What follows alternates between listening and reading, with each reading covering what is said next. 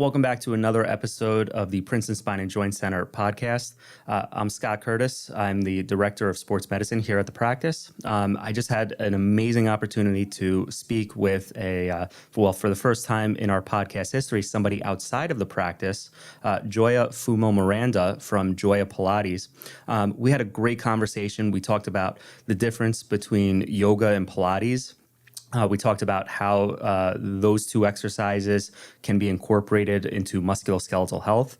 We talked about the importance of maintaining a moving body and the importance of being mobile and less sedentary. And we also talked a little bit about the difference between physical therapy and yoga Pilates and how we can use those two things in order to make patients feel better and keep them better. So I really hope you enjoy this episode. It was a great experience for me. I learned a lot, and hopefully you will too.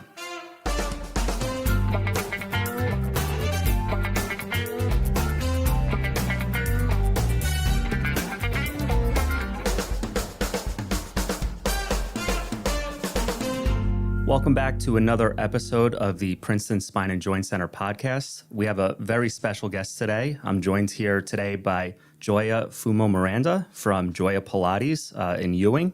We're here to talk today about Pilates and yoga, what they are and how they could help patients with pain and who don't have pain. Gioia, thank you so much for joining us. Really appreciate you taking the time. So just to, start out with a broad definition, what's yoga and what are Pilates? Well, thank you for having me. Yeah, of course. I'm super excited to be here. I get asked this question a lot. Sure. To me, the main difference between yoga and Pilates, yoga is ancient. Okay. Pilates is much more contemporary. Joseph Pilates started this. I think he borrowed a lot from yoga. But the main difference, if you were to practice yoga, yoga is poses. Okay. It's a little bit more based on flexibility, whereas Pilates is, and sometimes they're the exact same pose, but it's more the movement through the pose. So Pilates is a much more movement-based. They're often lumped together because they are both mind-body exercises and they're breath-initiated, or they should be breath-initiated movements. Yeah. That sometimes gets lost in the translation. Yeah, I tried doing yoga one time and I was holding my breath the entire time. That's not good. Of course not.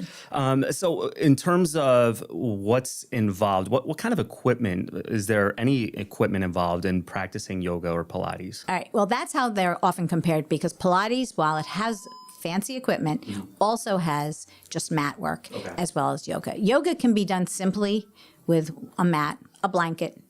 It can actually be seated in a chair, but that's a whole nother aspect. Whereas Pilates also can be just done on a mat, but it has also some very fancy, sometimes looks like torture chamber equipment that goes along with it. Yeah. So that's the difference.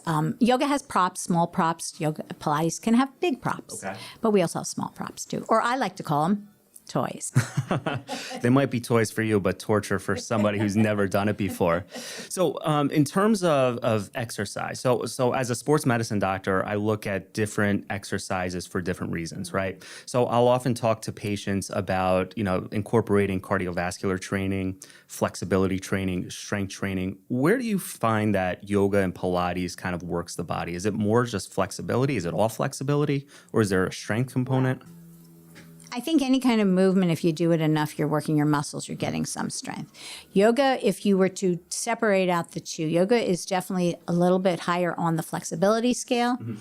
Pilates is core strengthening, and then everything else goes along with it. If you strengthen the trunk, and I mean the entire core, up and down the front and back line, not just those six-pack abs. Yeah, the abs, right? That's the core. No, that's not the core. There's more to it then. A lot more to it. A lot of muscles involved, and Pilates really works with the body as a whole, though it is the core out. And yoga is a little bit more flexibility-based, though you will get some. I found that, yes, Pilates increased my flexibility, but once I hit yoga, it added another degree. They work together in tangent a lot, and I have a lot of people who practice both because they complement each other. So the way that I kind of think about Pilates, it's elongating while strengthening. And yoga seems to be more of yes, you're getting a lot of flexibility, but it seems more of like the mind-body connection. Do you still get that connection with Pilates as well? Absolutely. But yes, yoga is, if you were really practicing a classical yoga, it is way more mind-body than Pilates, especially if you get into the principles, the philosophy, whereas Pilates has very little philosophy, but it still does have the breath. We have one breathing technique. Yoga has multiple breathing techniques or pranayamas. Okay. So that's a big difference there. And Pilates has more of your, it's just more specific strength, but you still have the concentration you need to have. And when you start breathing and concentrating and moving with mindfulness, it's mind-body. That's awesome. So what are some of the fundamental philosophies of yoga in particular? Well, you have your, I mean, you can get into the 8 limbs of yoga, which is very, very technical, and you have do no harm or ahimsa, which is one of the yamas, which is one of my favorite. And you can interpret it in many different ways. You have, and yes, mindfulness, I guess, would be a very much more broad philosophy of yoga, being present on your mat, letting the rest of the day go. But if you're doing Pilates and not doing that, you're not doing Pilates either. Okay, that's true. Yeah. And I know, in any kind of exercise, just trying to be in the moment is very difficult. You're worried about work and family and, what you're going to cook for dinner. It's hard to be present and be mindful. How long have you been practicing yoga and Pilates for? All right. I started my career in movement. I've been teaching movement since 1989. Oh, wow. Yes. I started my Pilates, and that was aerobics, step, kickboxing. Those were all the rage back in the 80s, Yes, right? they were. That was me. I had leg warmers, my thong, the whole bit. Wow. Yeah, I go back a few years. And then I did my first Pilates training in 1999. Okay. And that was an era when there was actually a Pilates copyright fight. So I did my mat training. It was called core conditioning in the style of Joseph Pilates because they could not use the word Pilates. Okay. And then I did my equipment training in 2003. Okay, cool. So I've had my studio since 2004. And tell me about your studio. I have a private studio. It is I'm fully equipped, and I either do 1 or 2 people at a time. So I do a private or what I call a duet or partner session. Okay. Partner sessions are kind of cool because you come with your friend and you're inspired, and it makes you come. One person usually brings the other. Sure. And I have a fully equipped Pilates studio. I have all the equipment, so I have at least 2 sets of everything. Oh, wow. Reformer, what we would call a tower system, not the full Cadillac. I don't have a high enough ceiling for the Cadillac. And then I have all the different smaller pieces of equipment. I have the Wanda chair. I have no idea what that is. It's probably toy for you? It's fabulous. Yes, and it was one of the first pieces of equipment that Joseph Pilates created. Oh, yeah. Yeah, it's really kind of cool. It has a great history. Pilates has all the equipment uses resistance. And it's spring resistance. So it is a resistance training. You kind of sneak in the strength training. You don't even realize you're doing it. And then I have lots of smaller pieces of equipment, barrels and things. And then, of course, because I have mat space, I incorporate yoga. When you come to me at Gioia Pilates, you get my 30 years of experience in the business. So it's unlike other Pilates studios. Absolutely. And do you also teach like classes, like group classes too? Yeah, I got to get out. Of course. Yeah. I'm very personable. I need to be out with lots of people. Yeah. So I teach yoga classes. I teach Pilates classes. I do corporate work, which is got a lot of fun. Yeah. You got to get all of the doctors here in this office together and teach us a class because it would be interesting to see all of us struggle at Pilates and yoga together. Yeah. Some would probably be much better at it than others. And then the thing about yoga and Pilates is what you're good at, one move, somebody else is like struggles like crazy, and they'll be good at something else. So you'd actually probably all find some things you would be good at. Probably, yeah. But it would still be funny to see some of my colleagues struggle with these poses. Yes. As long as I'm watching from the sideline. No, you have to do it. No, that's not fair. You can't do that. So I'll often talk to patients here in this office about yoga and Pilates as a way to incorporate as part of a treatment plan for pain. So how do you think that yoga and Pilates fits into, let's say, low back pain? Because I think that's a classic picture. How can I use Pilates and yoga or recommend it to a patient who's suffering from chronic low back pain? Oh, that's my specialty. Wow, that's why I asked you. Having suffered from low back pain myself through the years, but one of the things I found is, number one, when you suffer from low back pain, it's generally because of your lifestyle.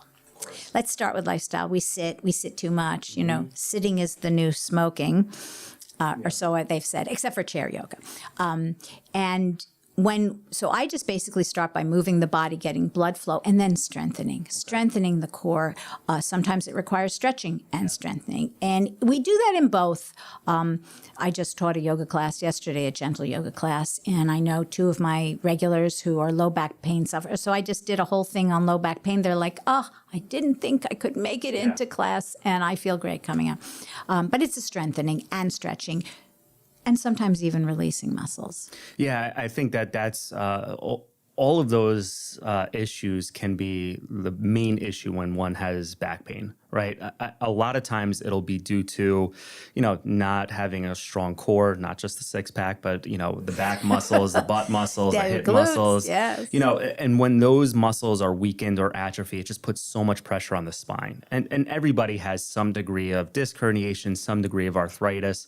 And once we get that pain under control, I always stress, some sort of strengthening program to offload the spine, whether that's initially with physical therapy or chiropractic care, or, with yoga, Pilates. There has to be some sort of work involved. That's hard for patients to do because it involves work and dedication. And it's not a pill. No, it's not. It's a lifelong, super important thing that you need to incorporate on a daily basis.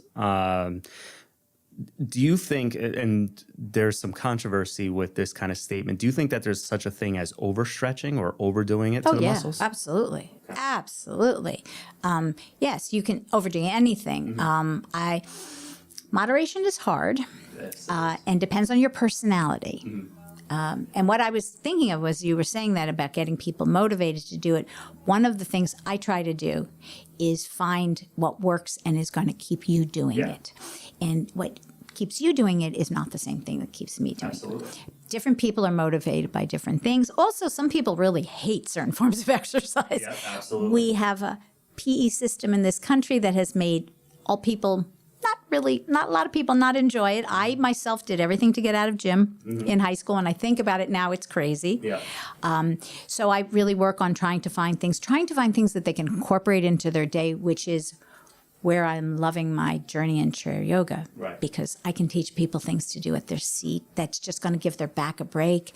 Simple stretch, simple movement. Yeah. So you've mentioned chair yoga a couple of times now. What exactly is chair yoga? Chair yoga is done in exactly what it is, the chair as the prop. Okay. People often think of it as, because I can't get to the floor. Yes, for some people that is people who find getting down and up from the floor hard. But I have people in my classes, and I work with clients just as a way of expanding their movement. Sure. I love chair yoga. If you catch me in an airport traveling, I'm doing my little cat-cow seated. Nice. Different stretches really help the low back after not moving. And so it is done, the chair as a prop, and in a full class setting, we actually stand using the chair. Okay. We use the chair to bring the floor closer to you. Makes sense. And there's so many ways of doing it. I've loved creating a program. I've created a whole training program on it because it made me have to think about what it is that I'm trying to achieve and how to use the yoga and Pilates knowledge that I have to increase it. So chair is, I think, the future. Yeah, I think there's a lot of unexplored territory with chair yoga. I think that I've had some great success with patients incorporating chair yoga into their regular routine. And when people ask about chair yoga, I'll often just say that it's a way to modify an activity, right? Instead of getting really on the floor.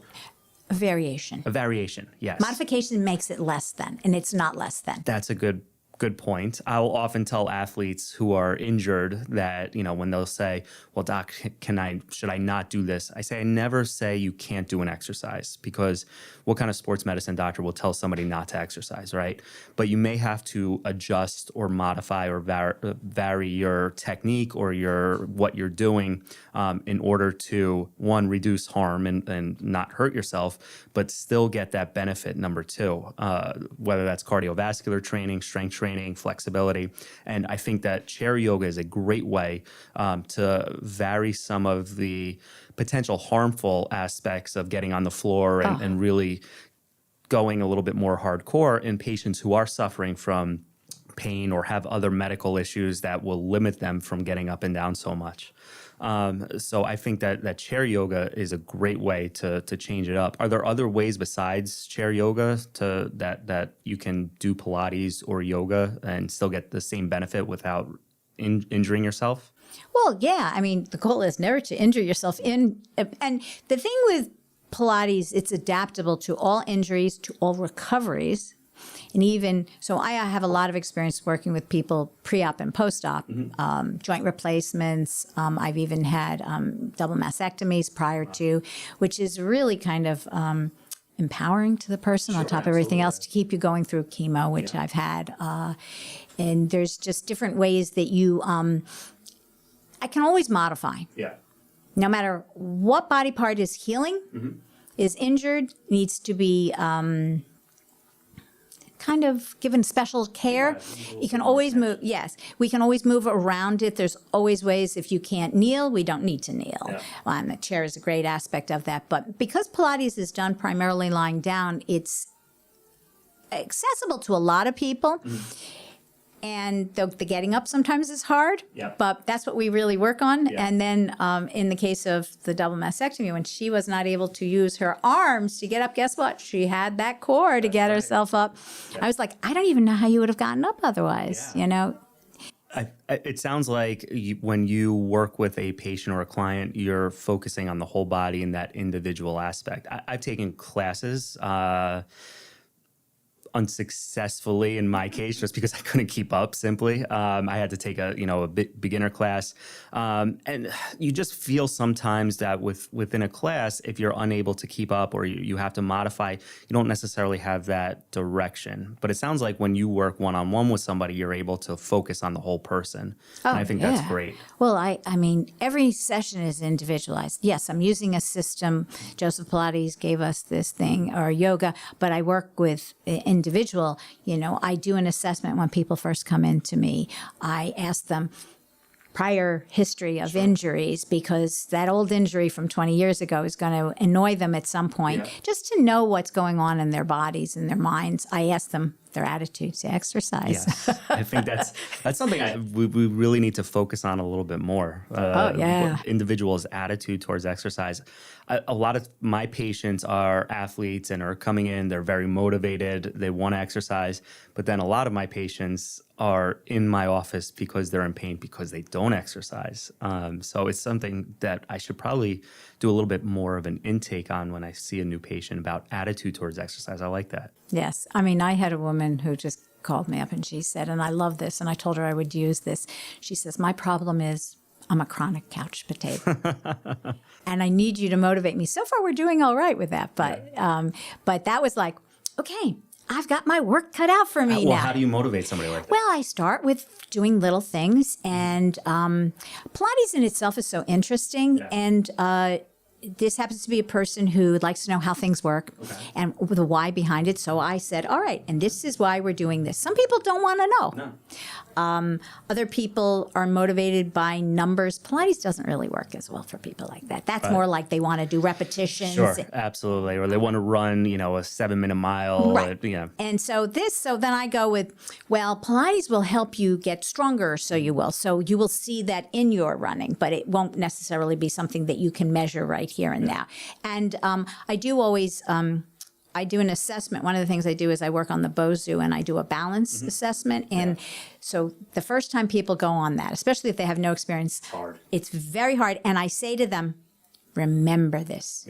take a snapshot, and then even in 2 weeks later, they're like, wow, I'm already so much better at it. Do you make it really hard and have them close their eyes? Of course. Yeah, that's really challenging. And then they do, we do squats on it, and we do all sorts of tracking eye to hand movement. Yeah. Oh, yeah. Yeah, we use that when we assess for concussions. We do balance testing, both at baseline for a lot of athletes, and then if they're injured, we could assess that. And just seeing the difference with our eyes open and their eyes closed, single stance, We stand on one leg. Very difficult. But it sounds like, this is such a great way to incorporate and maybe do something different compared to, what everybody thinks of when they go to the gym, running on a treadmill or lifting the dumbbells. I think yoga and Pilates are a great way to strengthen areas, get significant better flexibility, and have a lot of fun too. I mean, there are people out there who really enjoy this. Well, I think that's part of my job, and part of it is me. And so people come to me, so I keep kind of like moving them along. And some people continue to stay with me, and some people are now like, oh, I've gotten and I found something new to do, which is great because, I can let them go. Yeah. They come back for refreshers. But the idea is to find joy in it and also understand and appreciate, to get on a very basic level, yoga, Pilates, whatever, our bodies are meant to move. Right. And in moving, our bodies heal.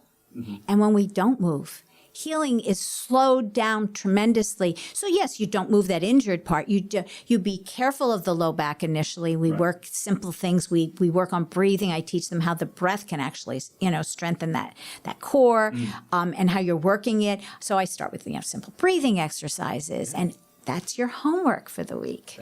And then we go from there. So when you have a patient, so let's say I refer a patient to you, you do your intake, you talk about, the individual's needs. How often is that person coming back to see you on a one-on-one basis? It really depends on their availability, their financial availability.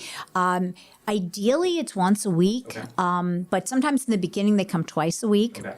And I have people who come to me monthly. Okay. Just for maintenance yes, biweekly, because they need continual check-in motivation. Absolutely. Weekly and biweekly. Okay. And so it really runs the gamut. You make the most progress if you come initially in the beginning a lot. Then people will come and then they'll say, oh, my mother would really benefit from this. And then just bring them along, and now we have the two come together. Right. So that helps motivate. So but as long as you do the homework, you will see. That's the issue, I think, in a lot of people. I'll often with let's say physical therapy, for example, I'll get patients, they feel great with going once a week or twice a week to physical therapy. They won't do their homework once they're discharged from PT. And then I see them, 3 months later with the exact same problem. They say, Doc, what happened? And I say, well, have you been doing the home exercises? Have you been doing the homework? Oh, no, I thought I was supposed to be doing that when I'm in pain. And I say, no, it's a lifelong maintenance program. Whether that's, the home exercises, yoga, Pilates, checking in with somebody once a month. I think that you need to continue that maintenance. And for a lot of people, that maintenance is lifelong. No, it's for everybody. For everything. All right. I'm glad you mentioned PT, because that's one of, I feel like, my strengths. You've had an injury, you've had a surgery, you had an illness, you've gone to PT. They've given you these exercises to do, and I get people kind of when they get dismissed or in the process of PT. And I take and it's like, all right, show me what you've been given. Yeah. And I say, okay, this is going along with what I do. And then I break it down and make it a little bit more of a routine and a little more fun, as opposed to those pieces of paper that the doctor gave them. And yes, and anybody knows PT does not work if you don't do it. Yep, that's right. I mean, it's all about motivating and, personal accountability, which is very difficult. And we're all guilty of slacking off, myself included. It's hard to do it. But the reason why it works is because it's so hard. If it was easy, everybody would be doing it, and you and I would be out of business because nobody would have problems. Yes, so it's okay. But I myself find when you're in pain, it's hard to motivate yourself. And you have to learn that, yes, moving when you are in pain, coming to me when you are in pain instead of saying, I have to cancel today, well, actually, you'll be better at the other end. And that is a learning process. Yeah, absolutely. And I mean, I've had to learn it myself. I have to remind myself of this all the time. And through my years of experience, I kind of know, hopefully, how far to push people and hopefully get them going. 30 years of experience, I would think you Well, know it's been how a to do this gradual kind of- process. Well, of course, yeah. I think that all this is really good. Is there anything that we haven't talked about that our listeners and our viewers would find interesting or helpful? Well, I think the only thing is just movement is medicine. Yeah, absolutely. That's it. You've got to move your body. I tell my people, my chair people especially, and I do teach in chair communities, I said, if I was totally immobilized, I'd be lying on my back, wiggling my fingers and my toes. Yep.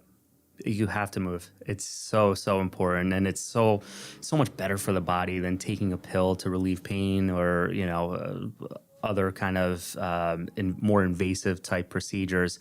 It's so simple, but it's so hard for people to realize that and actually get motivated. So I think it's a great lesson that you're teaching our viewers and our listeners. Well, let's hope they get the message.